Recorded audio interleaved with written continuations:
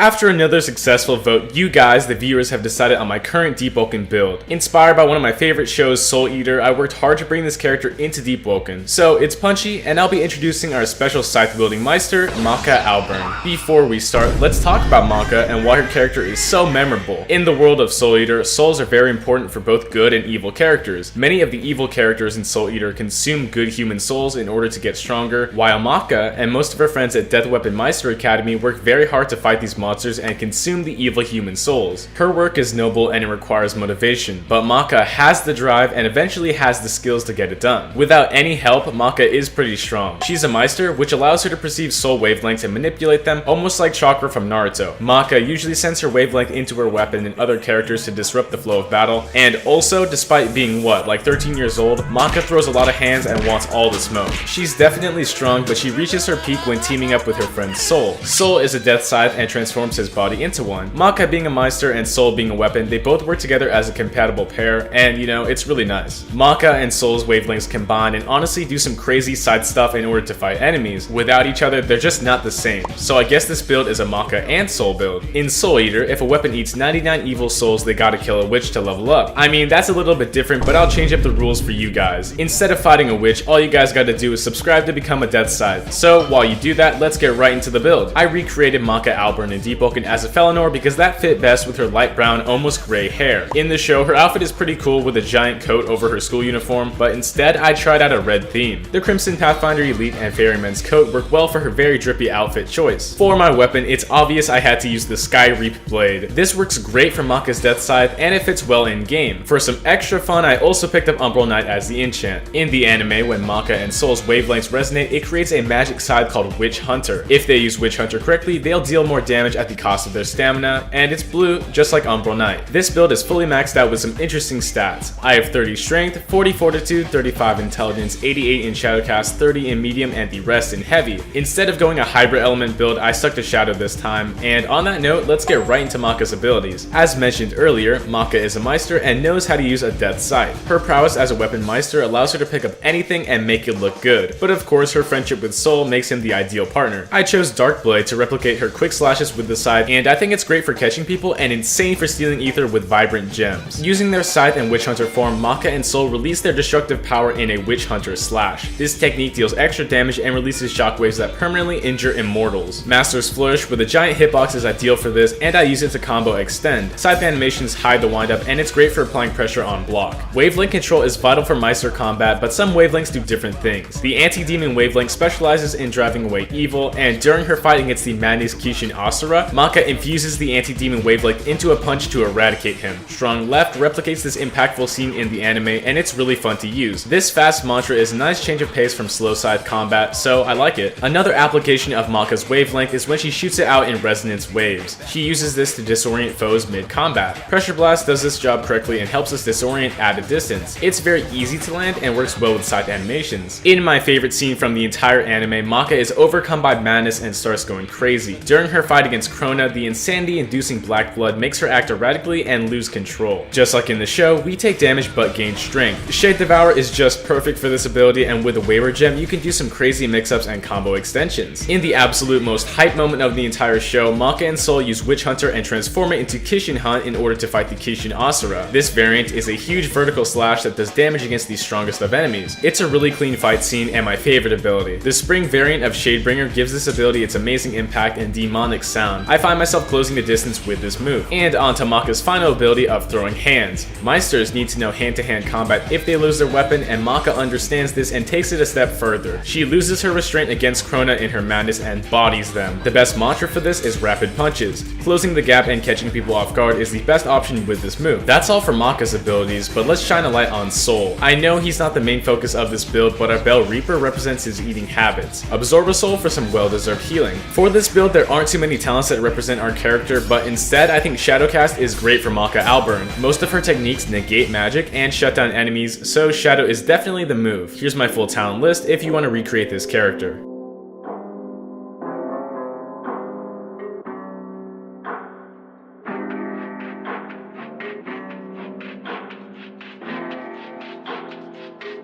And with that, check out some fights with Scythe Meister Maka.